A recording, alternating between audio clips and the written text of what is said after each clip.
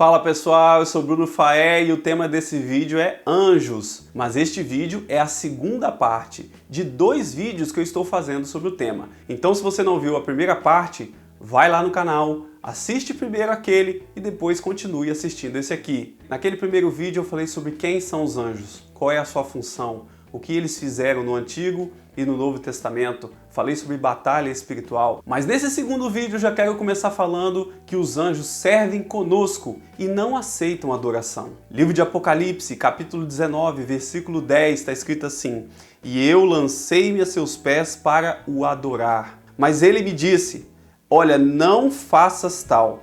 Sou teu conservo e de teus irmãos que têm o testemunho de Jesus. Adora a Deus, porque o testemunho de Jesus é o espírito da profecia." Ou seja, João, quando estava recebendo a revelação lá do Apocalipse, ele se prostrou para adorar o anjo. E o anjo disse para ele: não faça isso, porque eu sou o teu conservo. Eu sou um servo junto com você. Adore a Deus. E é interessante que já no Novo Testamento, em algumas igrejas, começou a surgir esta prática de adoração a anjos. E Paulo teve que se manifestar contra isso. Carta de Paulo aos Colossenses, capítulo 2, versículo 18, diz assim: "Ninguém vos domine a seu bel prazer, com pretexto de humildade e culto aos anjos, envolvendo-se em coisas que não viu, estando debalde inchado na sua carnal compreensão." Ou seja, não há qualquer fundamento bíblico para fazer adoração a anjos. Os anjos não devem ser alvo da nossa adoração e também não devem ser alvo da nossa intercessão. Nós não devemos orar aos anjos. Os anjos, eles não são medianeiros, eles não são intermediários entre nós e Deus. Segundo a Bíblia, nós devemos prestar adoração somente a Deus e a oração direcionada somente a Deus. Essa questão dos anjos servindo junto conosco, ela é destacada na Bíblia também, quando mostra que os anjos se alegram pelo nosso trabalho de evangelização, quando um pecador, quando uma pessoa se arrepende. Lá no Evangelho de Lucas, capítulo 15, versículo 10, está escrito assim: "Assim vos digo que há alegria diante dos anjos de Deus por um pecador que se arrepende." É bom lembrar que aos anjos não foi dada a tarefa de evangelização. Essa missão, essa honra foi dada a nós, os servos de Deus neste mundo. Então, primeiro nós devemos nos alegrar por ter esta oportunidade, que acaba sendo uma oportunidade exclusiva nossa. Isso aumenta também a nossa responsabilidade. Significa que, se nós não fizermos, os anjos não vão fazer, e Deus vai cobrar isso de nós. Mas é interessante ver que os anjos estão de alguma maneira participando conosco. É como se eles estivessem torcendo por nós.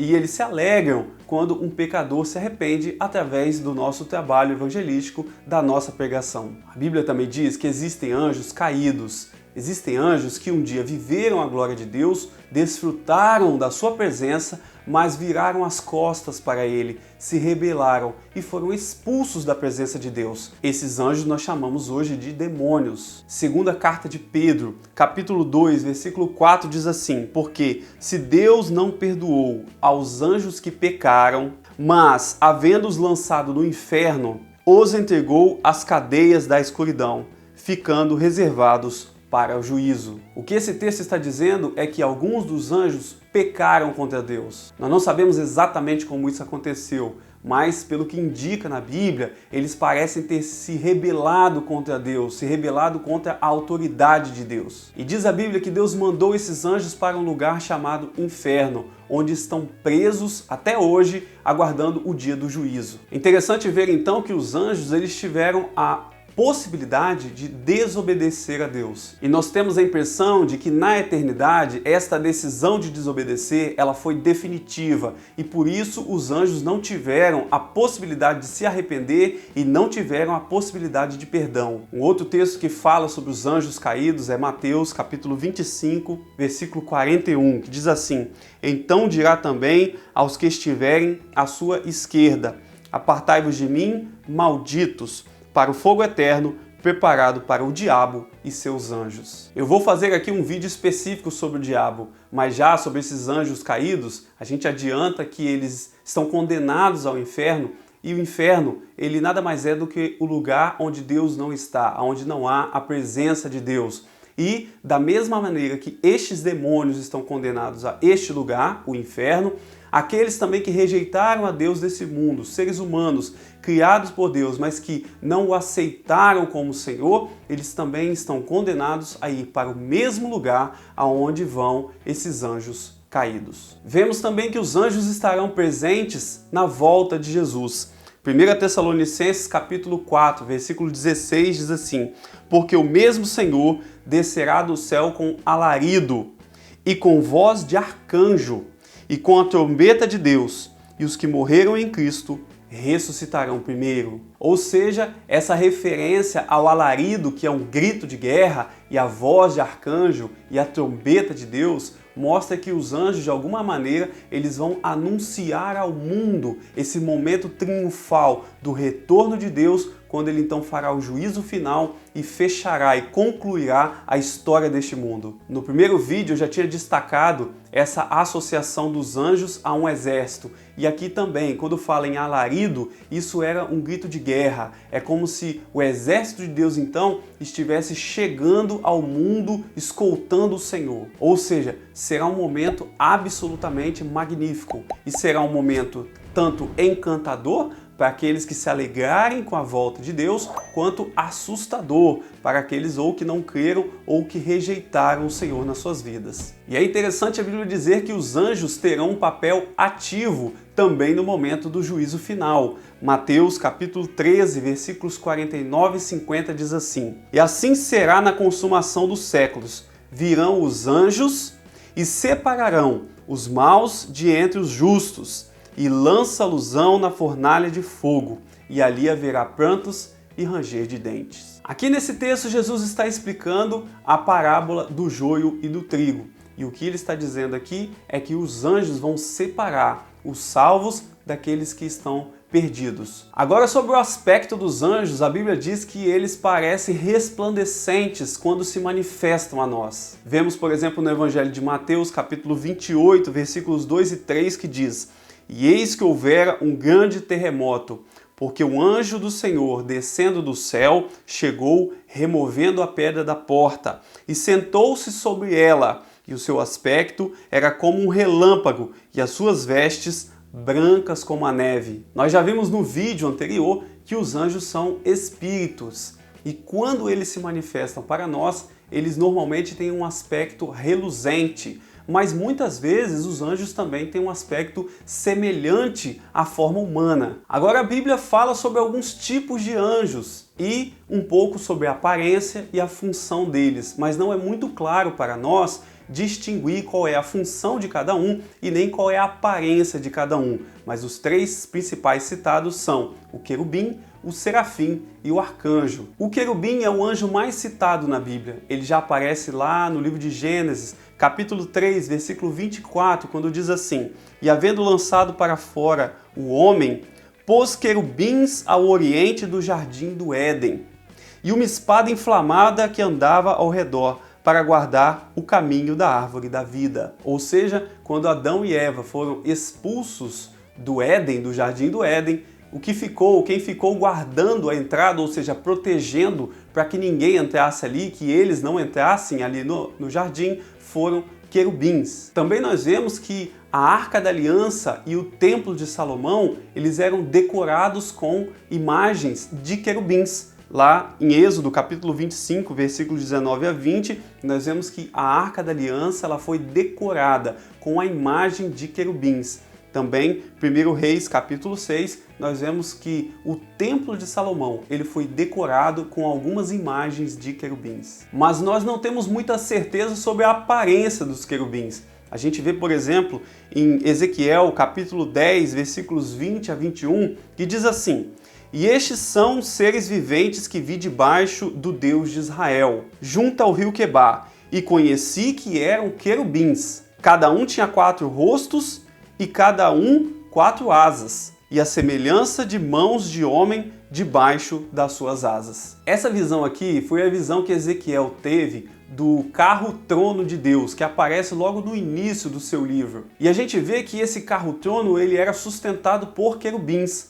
E esses querubins, de alguma maneira, tinham uma aparência semelhante à aparência humana, mas eles tinham também vários rostos e tinham asas. Ou seja, é difícil a gente conseguir compreender ou retratar exatamente como são, ou como Ezequiel viu estes seres. Agora, sobre os querubins, é interessante que a Bíblia dá a entender que Satanás era um querubim.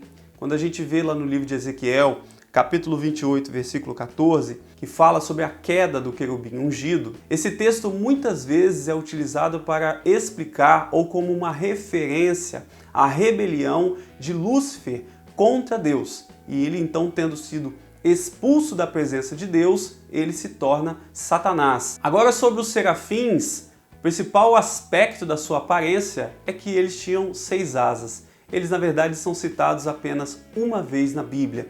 Lá no livro de Isaías, capítulo 6, versículo 2, diz assim: Serafins estavam por cima dele, cada um tinha 6 asas, com 2 cobriam seus rostos, com 2 cobriam seus pés e com 2 voavam. Nesse texto, os serafins são associados à adoração a Deus, quando eles clamam Santo, Santo, Santo. E também aparecem aqui como agentes de purificação, quando o serafim toca os lábios de Isaías com uma brasa viva. E o último tipo de anjo citado é o arcanjo. O arcanjo parece ser um líder dos outros anjos. Parece ser o líder do exército. Parece então que os outros anjos eles estão sob a ordem ou sob a autoridade do arcanjo. E quando o arcanjo é citado na Bíblia, ele aparece aqui com um nome. Ele é chamado de Miguel. Por exemplo, Judas, versículo 9, diz assim: Mas o arcanjo Miguel, quando contendia com o diabo e disputava a respeito do corpo de Moisés, não ousou pronunciar juízo de maldição contra ele, mas disse: O Senhor te repreenda. Também vemos no livro de Apocalipse, capítulo 12, versículo 7, que diz assim: E houve batalha no céu, Miguel e os seus anjos batalhavam contra o dragão, e batalhavam o dragão e seus anjos. Interessante dizer que era Miguel e os seus anjos, como se realmente Miguel fosse o líder do exército celestial. Bom, esses são os 3 tipos de anjos citados na Bíblia.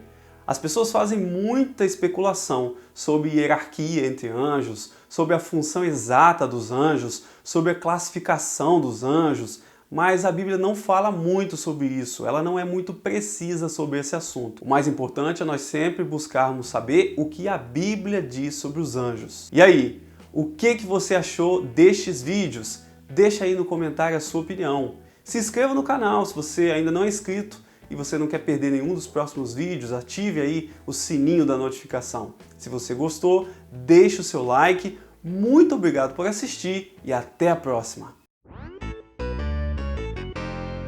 Então, se você não viu o primeiro vídeo, procure lá no canal Mas esse vídeo é a segunda parte de 2 vídeos que... Essa questão dos anjos servindo junto conosco, é bom lembrar que aos anjos não foi... É bom lembrar... Existem anjos que um dia viveram na glória de Deus, mas se rebelaram, viraram as costas de Deus. E diz a Bíblia que Deus mandou esses anjos para um lugar que a Bíblia chama de a rebelião de Satanás contra Deus e como ele foi então expulso e se tornou um... Esse texto muitas vezes é utilizado para explicar a queda de Satanás. No livro de Ezequiel, capítulo 28, versículo 14, quando fala do querubim ungido, dá a entender ali que Satanás era um querubim. Agora, sobre os querubins, é interessante... Agora, sobre os serafins aqui, eles são as... O mais importante é nós buscarmos o que a Bíblia diz sobre os anjos.